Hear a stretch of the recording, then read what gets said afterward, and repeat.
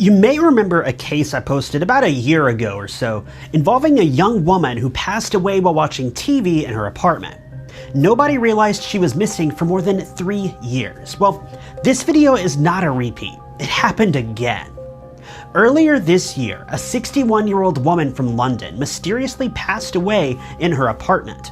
Her death remains unexplained, but the crazy thing is, her body was locked in her own apartment for 3 years before anybody realized she'd been missing.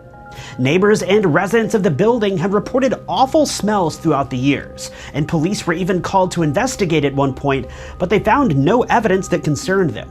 This is truly one of the strangest cases I think I've ever covered before, so buckle up because this one's gonna be truly bizarre. This true crime case is disturbingly haunting, and it's definitely not one for the faint of heart.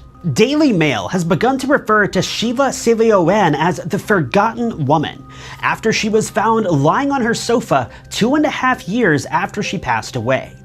The article goes on to label the case as a horrifying parable of loneliness and neglect.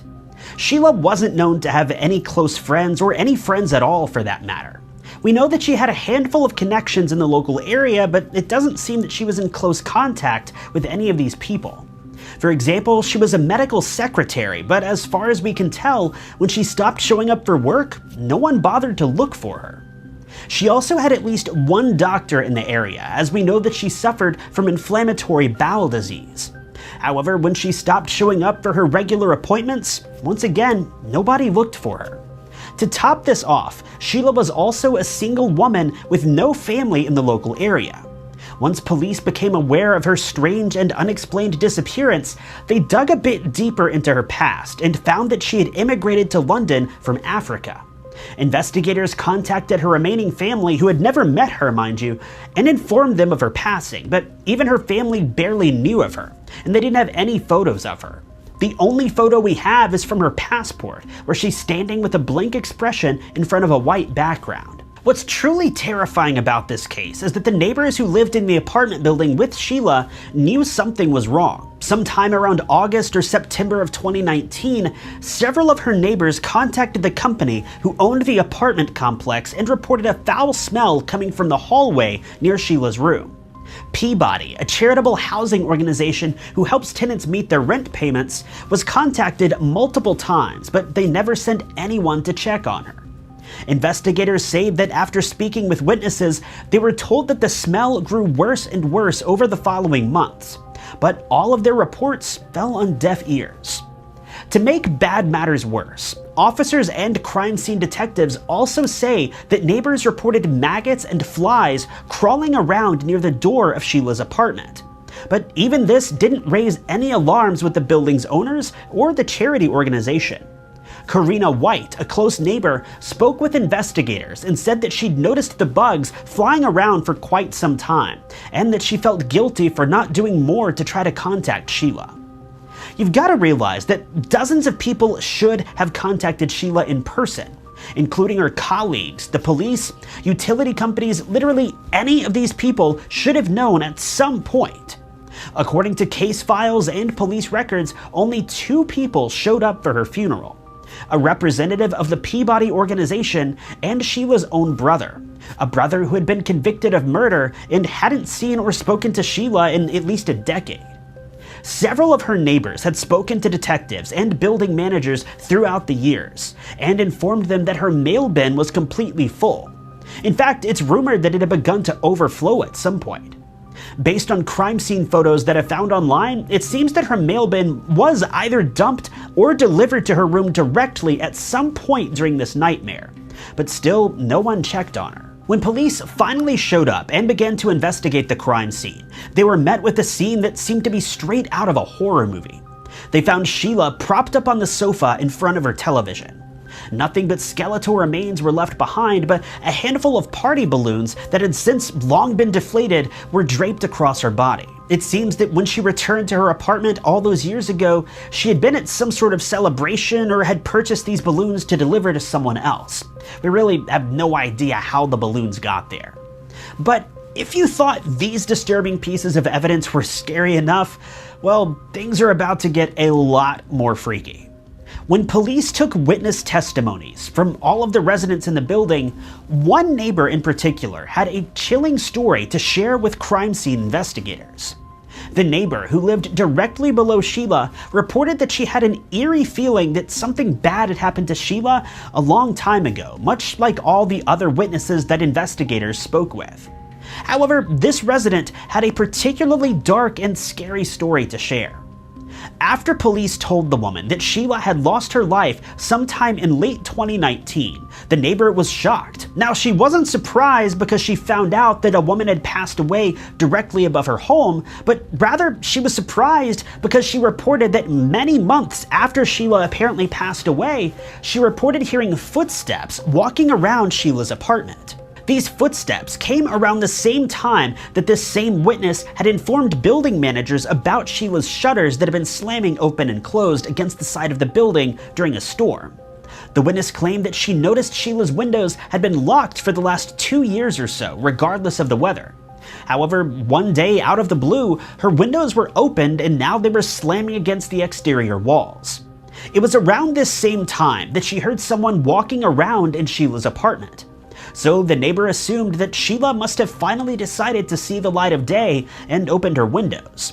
But that, unfortunately, wasn't the case. So if Sheila truly did pass away in 2019, who in their right mind would have been inside of her apartment in 2022? At this point, you're probably thinking the same thing I was. Well, if someone was in her apartment, maybe they're a killer. It's possible that the person who murdered Sheila had returned to the crime scene after learning that their crimes had never been discovered by investigators. But here's the catch: Sheila wasn't murdered. Admittedly, when crime scene investigators found her body, they didn't have much to work with. Time and weather had not been kind, and it's reported that all that was left was a pile of skeletal remains. But regardless of this, her body was picked up by the coroner and went through rigorous forensic testing.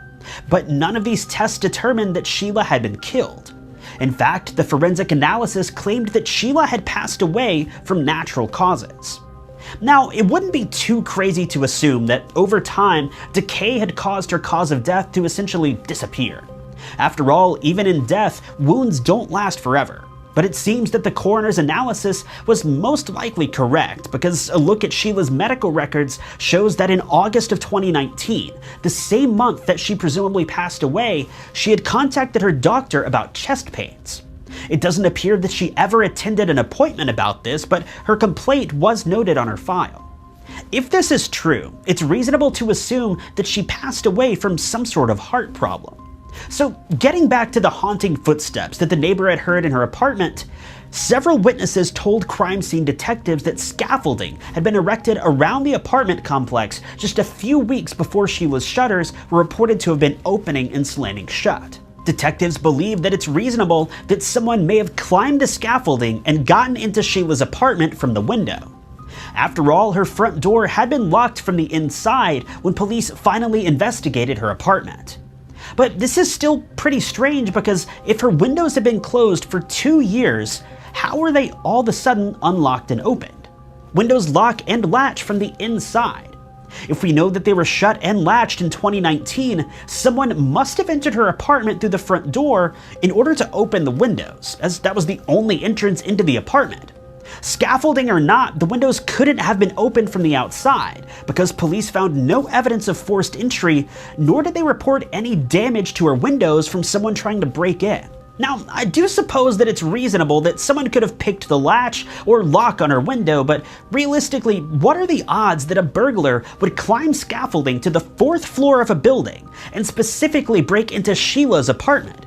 There were 3 other floors that were much more easily accessible, and I guarantee one of those windows on the lower floor would have been far easier to get into and may have even already been unlocked. But police insist that the burglar specifically chose Sheila's window for some reason. I just can't personally fathom how someone could have broken in, seen Sheila on the couch, smelled the awful stench that had been emanating from the apartment, and still managed to walk around as if nothing were wrong. It just doesn't make sense.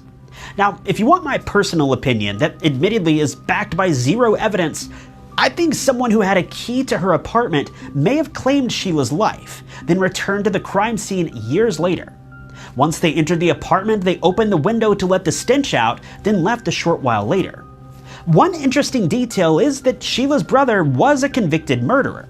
So is it possible that he may have claimed his sister's life as well but wasn't caught? He'd be the only person I know of that may have had a key to her apartment, but truthfully, I have absolutely no idea. I'm just doing my best to come up with some sort of conclusion since investigators are clearly uninterested.